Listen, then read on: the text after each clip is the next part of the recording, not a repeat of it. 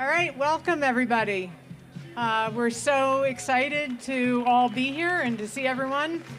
My name is Diana Fitzpatrick. I'm the president of the Western States Board, and we're really happy to be here for the 48th running of the Western States Endurance Run. And given where we were a year ago, we feel really lucky that we are here today. A lot of that is thanks to hard work behind the scenes by our race director, Craig Thornley, and his amazing team of race managers and volunteers who did so much to get us ready. We know that for all of you runners as well, it's been a very long journey. And this year, that was especially true. So we want to just take a minute here to celebrate this moment. It feels like the start of a new chapter, and what better way to do that than to be here for Western States Weekend.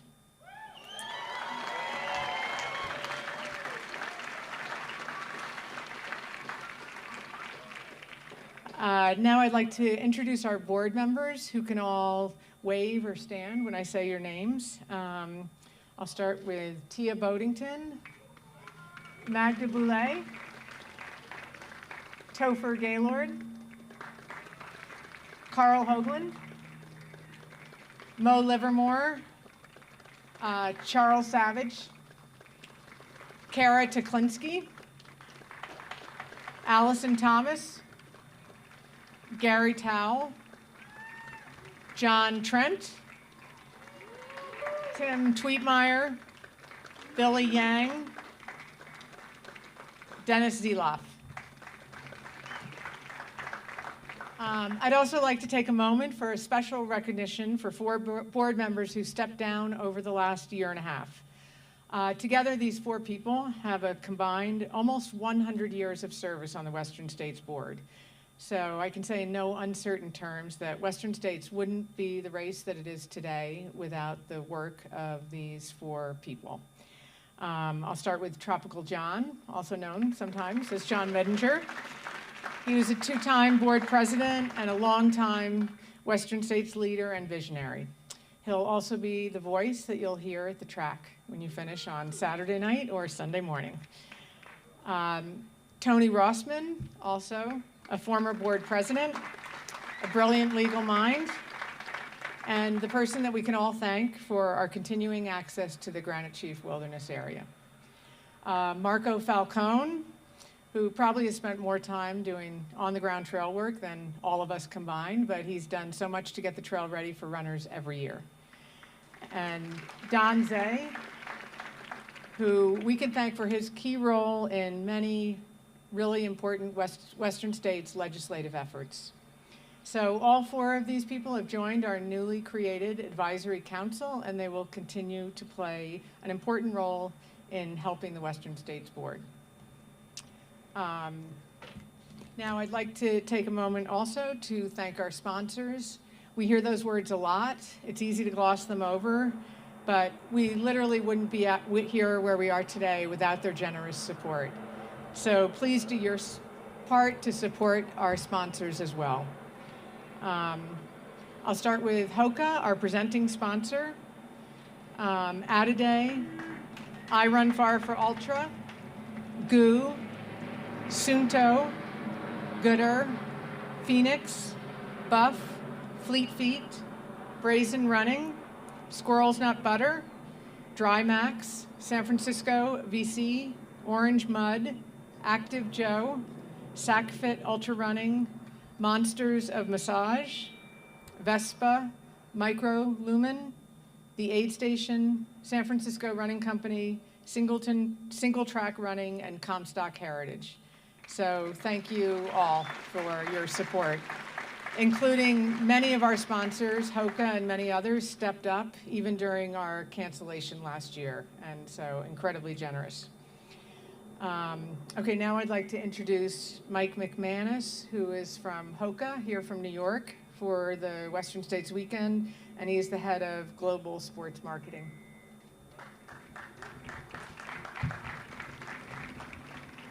Of course, I remember Diana is an athlete that I worked with coaching the Impalas back in San Francisco in the mid-'90s, so kind of a badass runner herself outside of just managing the entire race here. On behalf of Hoka, we're buzzing. All of the uncertainty that everyone has been through from the last 2 years, of course, we thought we were going to have the start of a partnership last year, which took place just as all of you were entered, and of course then the race did not happen. And we also were completely uncertain if the race would happen this year. So I am buzzing. Our entire team is so stoked and thrilled to be out here. We are looking forward to an amazing event tomorrow with all of you. We realize that all of you have been waiting for the better part of a year and a half now, plus, to make this happen. And we're so proud to be part of this event. So the one reminder that I've had is just how unique this event is and where we are. Maybe we gain even a little bit more appreciation for Western States because of the postponement of the year. So one thing I'd ask everyone is at some point during the race, take time to appreciate where you are, this amazing journey. We're going to be thrilled to be a part of it and follow each and every one of you beginning at 5 tomorrow morning. So thank you so much, and everyone have a wonderful race. Thanks. Okay, and now I'd like to turn it over to someone who really doesn't need any introduction. That's our race director, Craig Thornley. But he does deserve an unbelievable amount of thanks and recognition for everything he does to make this happen. He is the guy that gets it done. Okay. Thanks, Diana.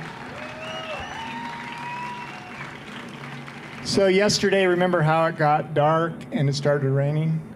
I hope it doesn't happen today. It was only supposed to be 4% chance of rain. We will make this quick. I know everybody wants to get back to the room and rest and do the rest of the prep. So we will make this as brief as possible. First, I want to thank everybody for their patience. I know this year was hard. I kept sending you guys emails saying, I don't know what's happening, but we likened it, Topher and I said many times, it's like climbing up Devil's Thumb and you got the taste of nickels in your mouth. If you make the call to quit, it's probably not the right call, because you're not going to taste nickels in your mouth 30 miles later, 40 miles later, 50 miles later. So we didn't want to make decisions too early, and I know it was hard for you. It was hard for the aid station captains. They were patient. Normally we're ready to go in January, and we didn't give them the final protocols until 3 weeks before the race. So on behalf of all of the volunteers, the board, and myself, thank you and welcome to Western States.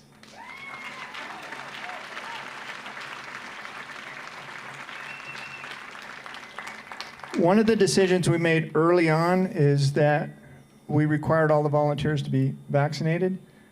We have 100% vaccinated volunteers out there. Andy Pasternak will tell us what the stats are on the runners, but it's going to be somewhere around 95% either vaccinated or prior infection. So we are not worried about this being a super spreader event at all. We think it's very safe. We have adopted protocols at our aid stations that we probably should have adopted in prior years. No dipping into the common bowl of M&Ms, and who knows where your hands have been. So many of these protocols, we know that the virus is not spread by touch. We know that the likelihood of it being spread outdoors is really low. So I think it's going to be safe, and you guys can feel good about participating in this event. Thank you. So we have 315 starters tomorrow, assuming the last two make it through their travel issues. And I had many people say, well, why did you waste those spots? We didn't waste those spots. We are allowed a 369 5-year rolling average. We will make up for these spots in the next 5 years by adding probably 11 spots in the lottery the next 5 years. The course, obviously, there is no snow because it was a really low snow year. There's no mud. If you ran in 2017, you won't see that kind of mud. The course is clear of blowdown. I hope you don't have a single log to go over. Some of the crew was still logging out as recently as yesterday. Some trees that fell down after we had already logged them out. The river crossing should be low for everybody, whether you get there at 3:45 p.m. or 4 in the morning. For my brother, he's 6 foot tall, and he said it went up to his belly button in the deepest spot. So you won't be wearing a life jacket unless you want to. The reason we had them in years past is the river was much higher for the early runners, so we just put them on everybody. So you don't have to wear a life jacket unless you want to. The course is marked with pink ribbons. There's 5 to 8 per mile. They use GPS to mark that. So do not go more than that, a quarter mile, half mile. If you haven't seen a ribbon, don't keep going thinking that, oh, well, this was so obvious they didn't put ribbons. No, we mark the hell out of this course. At intersections, we have yellow signs. This is way different than it used to be for the first 40 years of the race. We changed the marking protocol in 2016, I think. We have 32,000 pounds of ice. That's 5 pounds of ice per runner per aid station. Use it. Check-in tomorrow is 4 to 4:50. That's when you pick your bib up. And there's food at the area right near the start line. We will start at precisely 5 a.m. We do everything to help you guys get to the finish line. 1,500 volunteers want nothing more than to see everybody get to the finish line. If it's not your day, it's not the end of the world if you drop out. You make the call. We're not going to make the call for you. It's up to you, but it's okay. A few words for crews. There's a hike tomorrow morning to the escarpment with the Hoka team starting at 3:45 if you want to see all the field up at the top. You can watch via our YouTube channel or track via ultralive.net or use our new mobile app on both iOS and Android. Please drive carefully and cooperatively. Robinson Flat, as you all have heard already, we don't have a shuttle there. It's about a 1.5 mile hike in. We will be allowing 15 cars at a time to go up to the top, and then we'll park on the way down. When that's full, you'll have to walk. If you want to walk or ride your bike, you can do that. Michigan Bluff, same thing, no shuttle. Short walk, not a big deal. It's hard to crew at both Michigan Bluff and Forest Hill, especially if your runner is fast. The near side crossing will have shuttle vans. They'll start running at noon. Any questions? I've sent you so many emails. There's so much stuff on the website, so much stuff on the program. Hopefully that answers everything. Next, I'd like to introduce our medical director, who when we brought him on, 2019 was going to be his first race. We didn't know that he was also an epidemiologist. Hell, I didn't even know what an epidemiologist was. Andy. He's been so instrumental in helping us make the right decisions. Thanks, Craig. So my name's Andy Pasternak. This will be my first year as medical director. I've worked at the race. I've been the medical director for Tahoe Rim 100 Mile for about 10 or 11 years now. I am excited to be here. Our goal as a medical staff is to try to get as many runners to the finish as safely as possible. So what I try to tell all of our runners is if you guys are having medical issues, talk to the medical staff. Be honest with them. We have great communication. We have a lot of medical staff. that have been out here. They know the race. Most of them are runners. They understand what it's like, and they're going to be there to help you out. It has been a crazy year and a half. I just want to thank Craig and Diana and the board for all their support with COVID efforts. I think, in talking with Craig, we were really trying to figure out how to get the race done safely. I think asking our volunteers to be vaccinated has really helped. And just to give you guys some numbers, out of our runners, we're at 95.89% of you have either been vaccinated or have had COVID in the last 3 months. That means this is a very, very safe event. I just wanted to thank you guys for getting vaccinated and making this safe. So give yourselves a round of applause for that.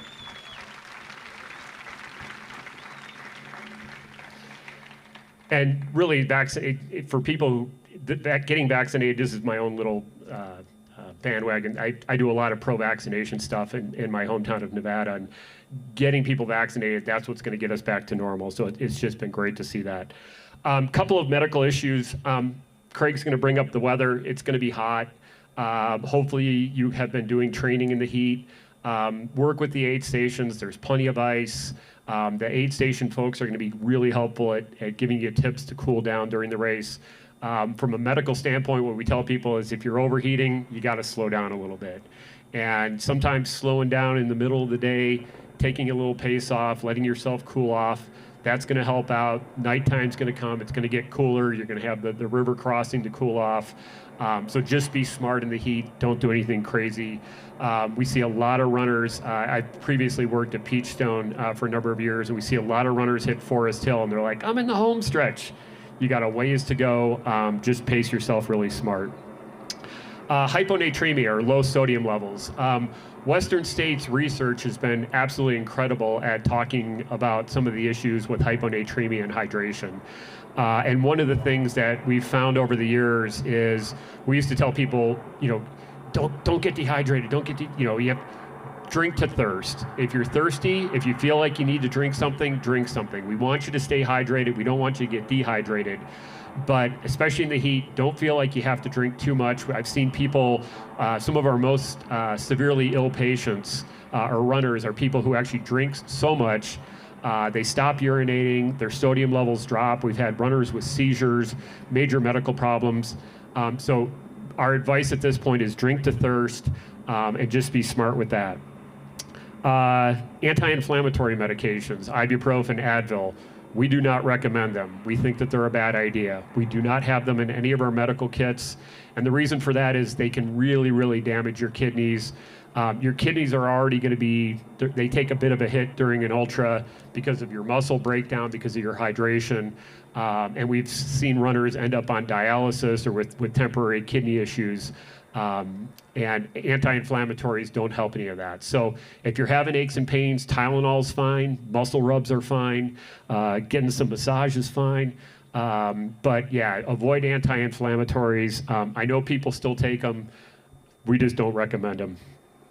Blisters, big one. There's a famous quote from Muhammad Ali that says, it's not the mountain ahead that wears you out, but it's the pebble in your shoe. Blisters are one of the biggest issues that we see for people having to stop. We do have a really good blister care team that's going to be at Michigan Bluff for most of the day, and then they're probably going to move to Forest Hill.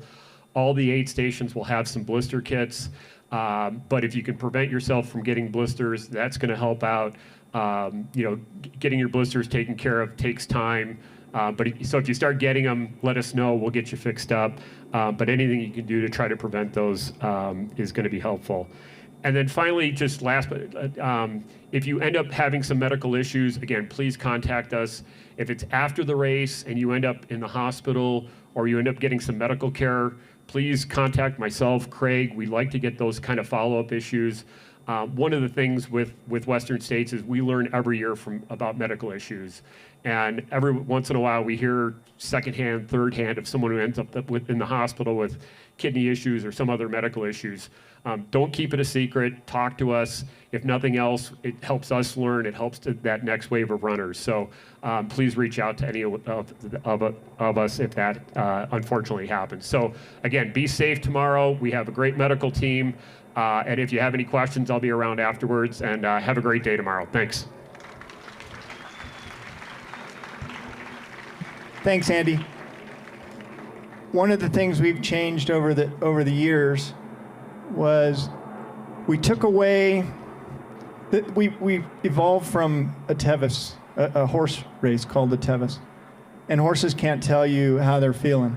So there were these objective criteria that horses would get pulled for, and that carried its way into the run. And for many years, when I ran most of my runs, most of my finishes, the medical folks had that power, and we used the scale, and the scale was 3%, 5%, 7%. 3%, they warned you, 5%, you had to stay until you went down to 3%, 7%, you got pulled. And it made us do stupid things. It made us avoid the medical folks. It made us put rocks in our pockets, or we try to get wet before we got weighed, or we try to weigh light at the start so we had a low number. That is gone. The medical folks are your friends. They're your allies. They want to help you get to the finish. Don't be afraid to tell them what's going on with you. They're not going to pull you. The decision to stop is yours unless consent is implied, and that means you can't make the decision yourself if you're knocked out, if you're unable to talk. So they are your allies. So use them. Okay, weather forecast. When we hear that it's going to be 102 in Auburn, doesn't really mean much. I mean, it allows you to know, compare it to other years. But we've been doing these very detailed weather forecasts. I get them from my friend Larry O'Neill at Oregon State. At 5 a.m. in Squaw Valley, it'll be 53 degrees, according to Larry. At the escarpment, at 6 a.m., it'll be 52 degrees. Robinson Flat at 11 a.m., 76 and sunny. 1 p.m., it'll be 81. Everything else, it's sunny the rest of the day. So I'm not going to tell you, there's no clouds. 3 p.m. at Robinson Flat, 85 degrees.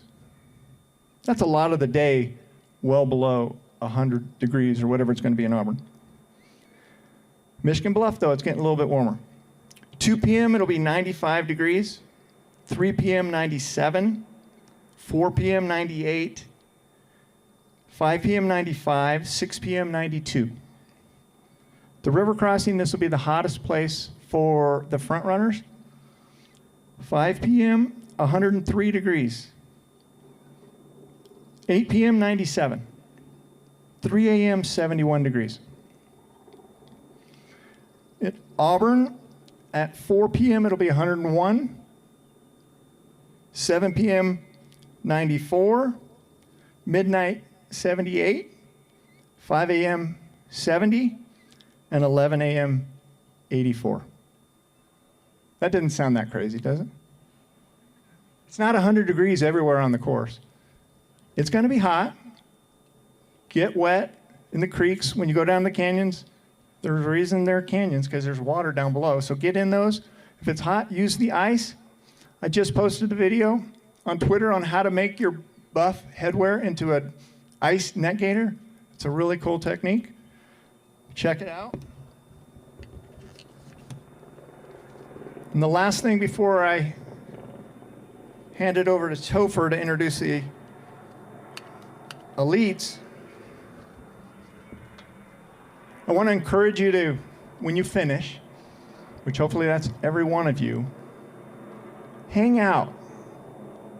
Watch other people finish. Celebrate with them. It's this juxtaposition of human exhaustion and human achievement. And I really believe this world will be a better place if everybody hung out at the finish line of Western States and witnessed what we're going to witness this weekend.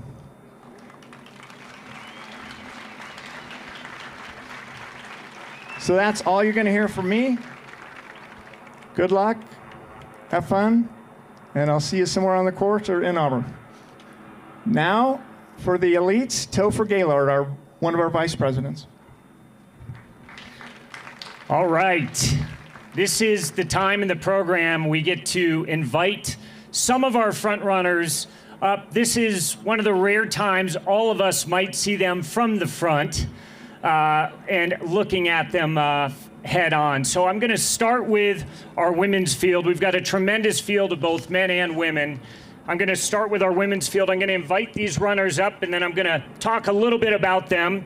So when you hear your name, come on up, and we're just going to line up across the Hoka pillars here. Abby Hall, Sarah Keys, Ragna DeBats, Mariah Vargas, Emily Hawgood, Magdalena Bollet, Erin Clark, Katie Asmuth, Cecilia Flory, Michelle, Megana, Audrey Tengi, Camille Heron, Keely Henninger, Ruth Croft, Addie Bracey, Catherine Drew, Nicole Bitter, Camelia Mayfield, Beth Pascal, Casey Lichtai, Brittany Peterson, and Claire Gallagher. You guys can just sort of line up. Just line up right across, if you can. So as you can hear from that introduction, we've got a mighty field of women runners this year. And this is just a taste of the front of the field. So I'll let these guys get up here, and then I'm just going to talk a little bit about each one of them. And I'm going to start with this gal who, she scored her golden ticket with a strong showing at the 2021 Canyons 100K. She's won the Leadville Silver Rush 50 miler and Red Hot Moab 55, running her first Western States 100, Abby Hall from Boulder, Colorado. A former winner of the Hurricane 125 in Quebec, she scored a golden ticket at Bandera in January from Saranac Lake, New York, Sarah Keys. One of the most versatile runners in Europe, she's won 14 of her last 19 ultras, including Marathon des Sables, Transvolcania, and the CCC in Europe. She's Dutch. She lives in Terrassa, Spain, Ragna DeBats. She won a golden ticket at the Black Canyon 100K in February and is making her 100-mile debut from Pasadena, California, Mariah Vargas.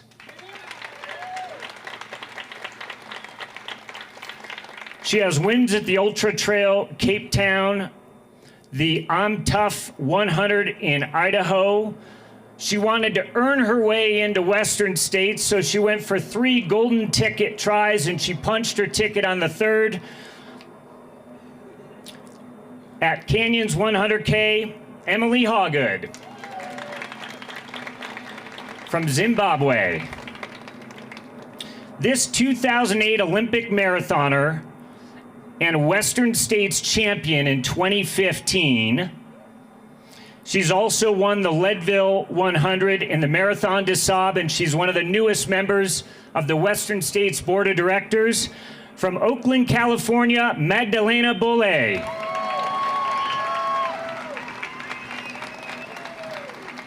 She's run but only 2 ultras, winning her first and scoring a golden ticket in her second at Bandera 100K. From Missoula, Montana, Erin Clark.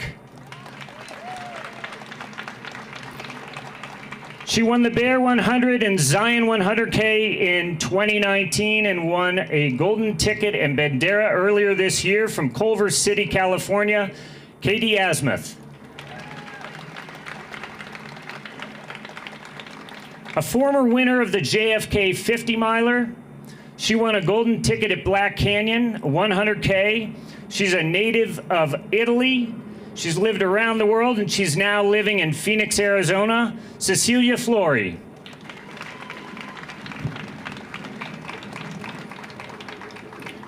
Undefeated over the past 5 years in the upper Midwest. She's won a golden ticket in Bandera 100K. Michelle Megagana from Portage, Michigan.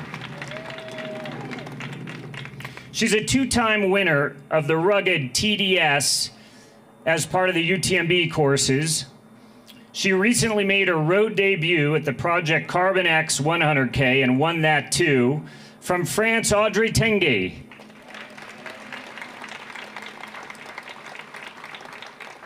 the world record holder at 100 miles and 24 hours. She's won comrades in the IAU World 100K Championships. From Oro Valley, Arizona, Camille Herron. The former Lake Sonoma 50-mile winner is making her 100-mile debut from Portland, Oregon, Keely Henninger. A two-time winner of the CCC 100K in Europe. She's won the Tarawera 100K in her native New Zealand outright. Running her first 100-miler here at Western States from New Zealand, Stillwater, New Zealand, Ruth Croft.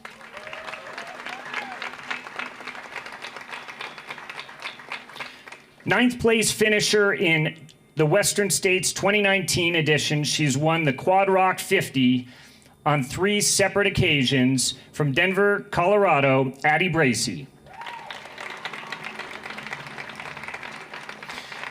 She won both the Chuckanuck 50K and the Canyons 100K before finishing 8th at Western States in 2019. From Vancouver, BC, Catherine Drew.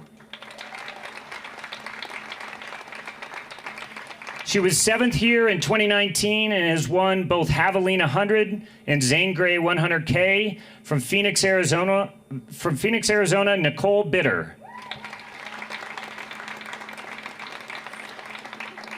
She's looking for her 3rd straight top 10 finish. Finished 2nd at Javelina in 2019. Our 5th place finisher in 2019,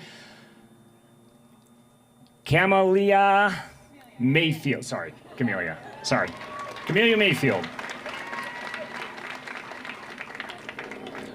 Our 4th place finisher in 2019, she doubled back to finish 5th at UTMB and then later won the Cape Town 100K. Her recent dominant win at the Canyons 100K makes her one of this year's favorites along all the other ladies up here. She also owns the record on the Bob Graham Round. From Belper, England, Beth Pascal.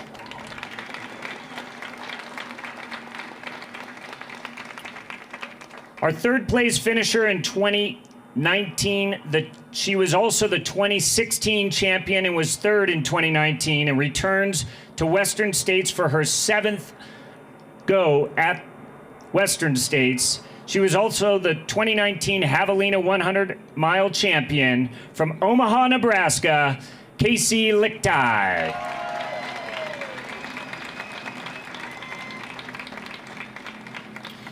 A very close 2nd place finish in 2019 at Western States. She won the Black Canyon 100K in February and the 2019 Bandera 100K champion. From Pocatello, Idaho, Brittany Peterson. And our returning champion in a time in 2019 of 17:23, the 2nd fastest ever, returns to defend her crown here at Western States. She's also got wins at Leadville and the CCC. From Boulder, Colorado, Claire Gallagher.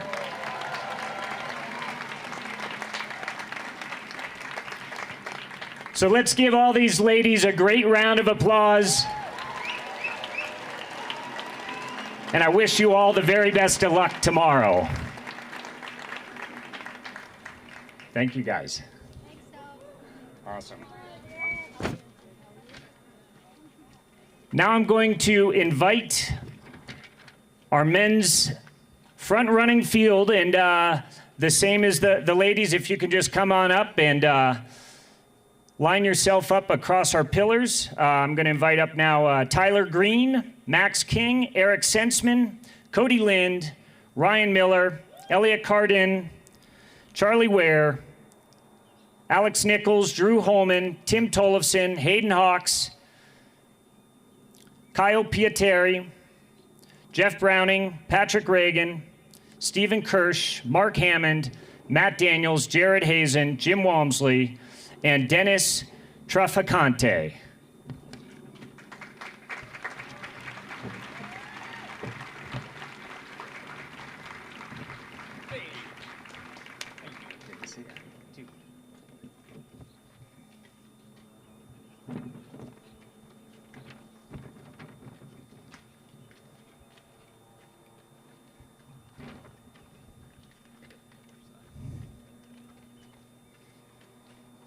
Alrighty, let's get going.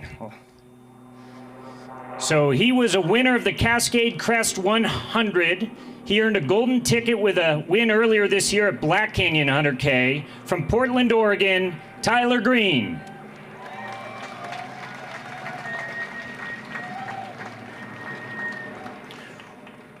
Likely the most versatile runner in the field, having won races as diverse as the Severe Mountain Marathon 5K in Alaska, to the IAU World 100K Championships, to the Steeplechase Olympic Trials. He earned his golden ticket in 2021 at Canyons 100K. He was fourth at Western States in his one previous run in 2014. From Bend, Oregon, Max King. The former JFK 50 winner returns to Western States after winning a golden ticket at Black Canyon 100K. From Flagstaff, Arizona, Eric Sensman.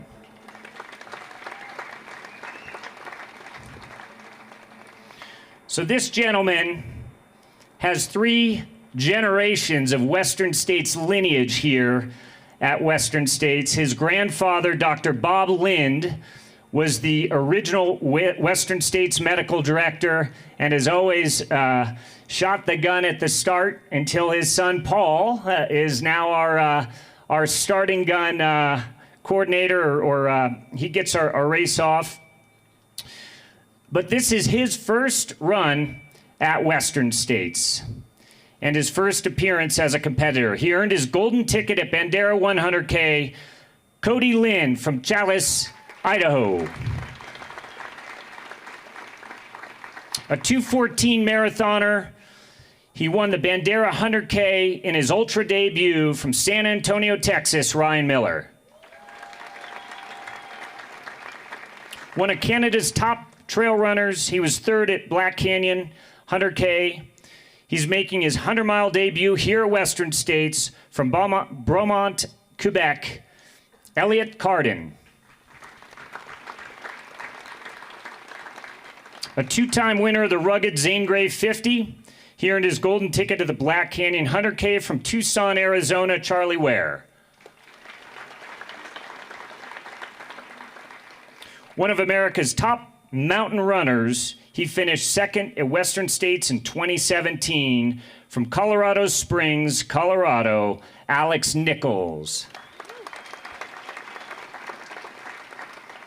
He won the Black Canyon 100K to earn a golden ticket. He's also won the Cayuga 50. This is his 100-mile debut. From Boulder, Colorado, Drew Holman. He's won the Javelina 100-miler in Arizona, the Lavaredo 120 in Italy, and the Ultra Trail Australia 100K. He's finished twice, both third twice at UTMB in 2016 and 2017. He'll be running back to his home in Rocklin, California, the Sierra Samurai, Tim Tollefson from Mammoth Lakes, California.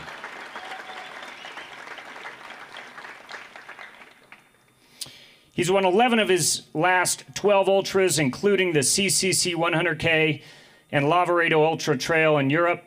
He is the course record holder at the venerable JFK 50-miler. From Cedar City, Utah, Hayden Hawks.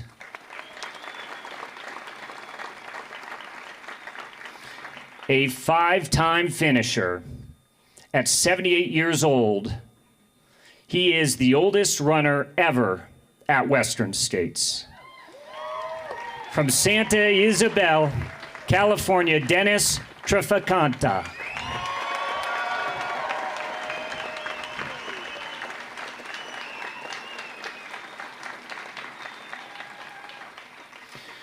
The Run Rabbit Run 100 champion is seeking his 5th straight top 10 finish, finishing 10th in 2019.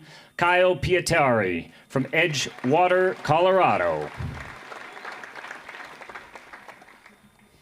He's won 23 100-mile races and has 4 top 10 finishes at Western States. From Flagstaff, Arizona, Jeff Bronco Billy Browning. He's a two-time winner and the course record holder at the Javelina 100 Miler. He was 8th here in 2019 from Savannah, Georgia, Patrick Reagan. He finished 7th in his 100-mile debut and won the Crown King Scramble 50K earlier this year from Flagstaff, Arizona, Stephen Kirsch.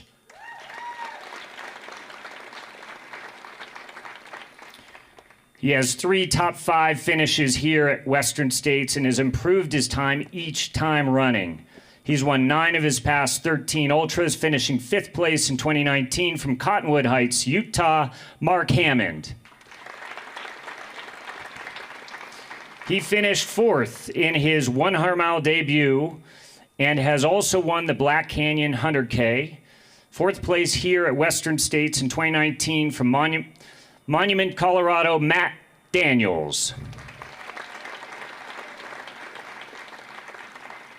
He has the 2nd fastest time ever at Western States at 14 hours, 26 minutes.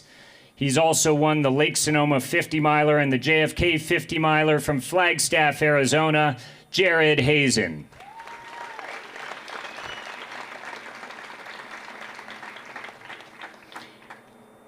And our current reigning Western States champion, course record holder at 14:09, is going for his 3rd consecutive win here at Western States. He set an American record for the 100K earlier this year from Flagstaff, Arizona, Jim Walmsley.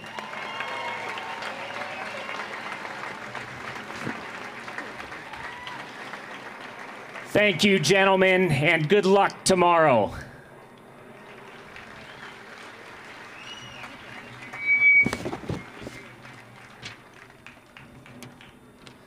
So just a few closing comments to all of the runners out there. And most importantly, I want to congratulate each and every runner for the dedication, the sacrifice, the courage to make it here to this starting line in Olympic Valley. Tomorrow is a day to savor, enjoy, and absorb every moment of your adventure to Auburn. Don't rush it. Take it all in. And although you'll be taking every step of your journey on your own, you will not be alone. You'll be supported by the best volunteers, medical staff, aid stations, crews, pacers, and fellow runners who will be helping you realize your dreams and goals. You will provide them and all of us enormous inspiration in your journey. And they'll provide you inspiration back on your epic journey to Auburn. And so in closing, I would say this, and this is a Greek quote: "Ask not for victory, ask only for courage. In your pursuit, you bring honor to yourself, but more important, you bring honor to all of us." Good luck to all of you tomorrow, and have a great day out there. Thank you.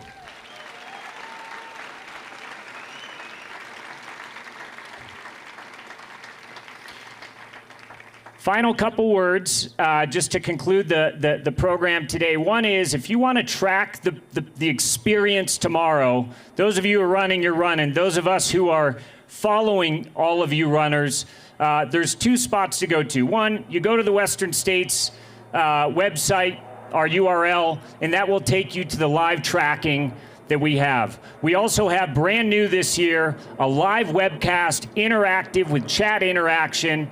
And for that, you can go to our YouTube channel, Western States Endurance Run, sign up, and you can subscribe and be a part of following the race. The race coverage starts at 4:30 a.m. tomorrow morning and goes on continuously through the golden hour, 11 a.m. on Sunday.